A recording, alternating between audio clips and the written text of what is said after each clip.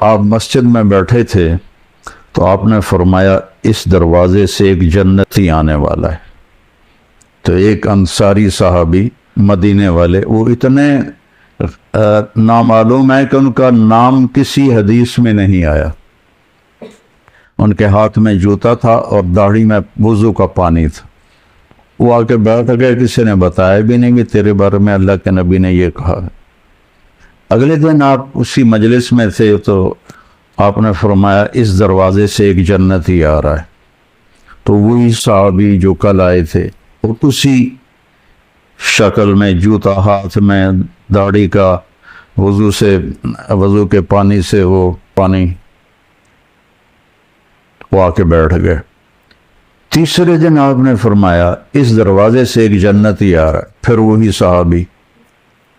تو اس مجلس میں ایک صحابی ہیں جو 3 دن سے بیٹھ رہے تھے، ان کا نام ہے عبداللہ بن عامر. تو جتنے صحابہ میرے نبی کے تھے 1.5 لاکھ یا 2 لاکھ، کوئی کسی نے گنے تو ہے نہیں، اندازہ ہی ہے. ان تمام صحابہ میں یہ سب سے زیادہ عبادت کرنے والے تھے. ان سے زیادہ کوئی عبادت والا نہیں تھا.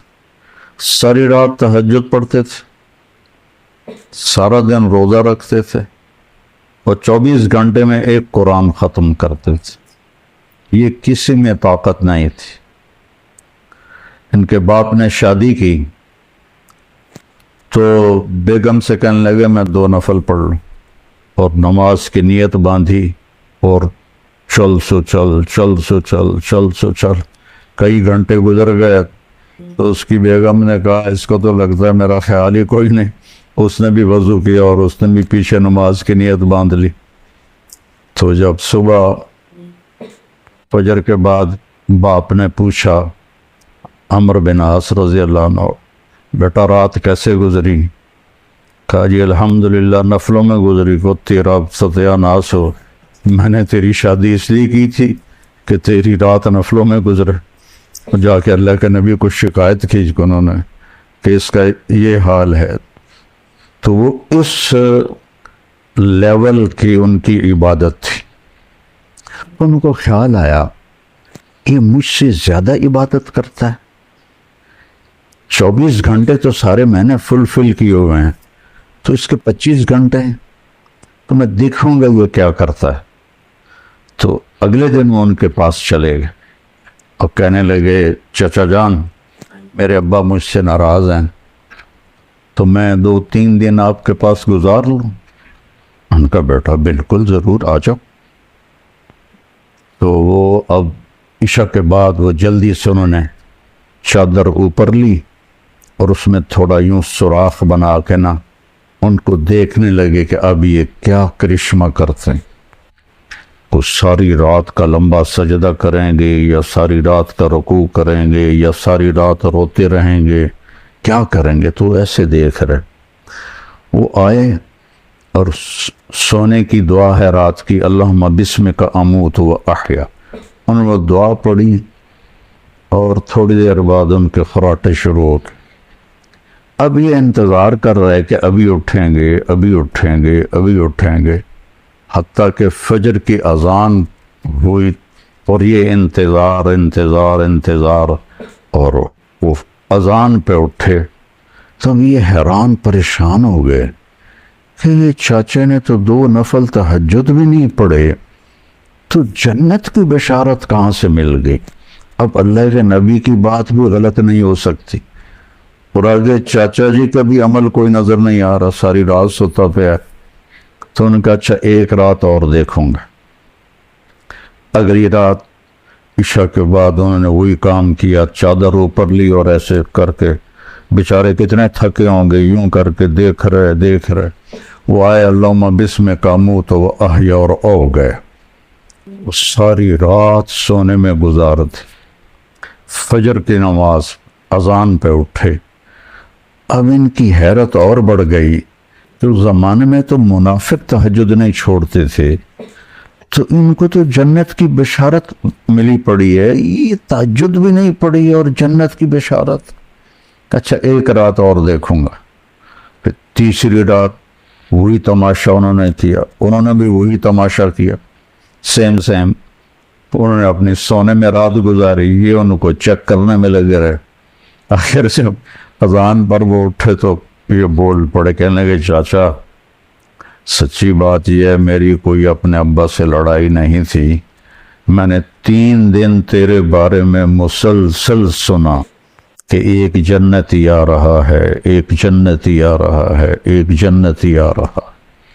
اللہ کے نبی نے تیرے بارے میں فرمایا، تو میں دیکھنے آیا تھا کہ آپ کیا کرتے ہیں، تو آپ تو ساری رات سوتے رہتے ہیں، تو یہ کیا چکر ہے؟ اللہ کے نبی کی بات بھی غلط نہیں ہو سکتی، وہ تیرے پاس پلے بھی کچھ نہیں ہے، جس کو وہ سمجھ رہے تھے کہ کچھ بندگی عبادت۔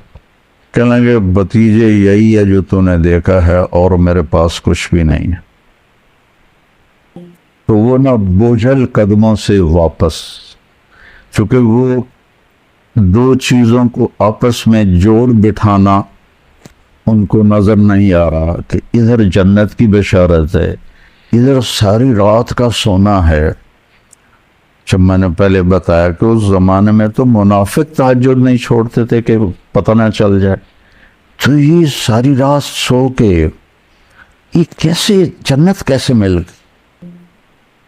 جب وہ دروازے تک پہنچے نا تو کہنے لگے بھتیجے ادھر آؤ، تو میں اندر کی بات بتاؤں۔ تو انہوں نے کہا یہ بتائیں۔ تو کہنے لگے یہ جو دل ہے نا، اس میں کسی کی نفرت کوئی نہیں، اس دل میں کسی کی نفرت کوئی نہیں، اور مجھے کسی سے حسد کوئی نہیں ہے۔ اللہ جب کسی کو کوئی نعمت دیتا ہے تو مجھے کبھی حسد نہیں ہوا، اور اس زبان سے میں نے کبھی کسی کو تکلیف نہیں پہنچائی۔ تو وہ ایسے کھڑے تھے نا، تو ان کا جو حدیث میں تو یہ ایکشن نہیں ہے، لیکن تھوڑا عربی سے مناسبت کی وجہ سے جو ان کا جو باڈی ریئیکشن ہوا وہ میں آپ کو دکھانا چاہتا ہوں۔ تو وہ کہنے لگے ہوا پچھلے اگو یہ پھٹا تھوڑا ہے، نہیں تو میں ڈہ نہ پاؤں گا۔ کہنے لگے ہوا، کہنے یہی ہے، یہی ہے، اور آگے کہنے لگے یہ ہمارے بس میں نہیں ہے۔ تو اللہ کے بندوں سے دل صاف رکھنا۔ اپنے گھروں میں اگر آپ کئی میاں بیوی آئے ہوئے ہیں، اپنے گھروں میں خوشی دیکھنا چاہتے ہو تو وہ پیسے سے نہیں آئے گی، وہ آپ کے اچھے اخلاق سے آئے گی، آپ کے اچھے رویے سے آئے گی، برداشت کرنے سے آئے گی۔ ایک دوسرے کی برداشت کرنے سے آپس میں محبتیں قائم ہوتی ہیں، چیزوں سے نہیں۔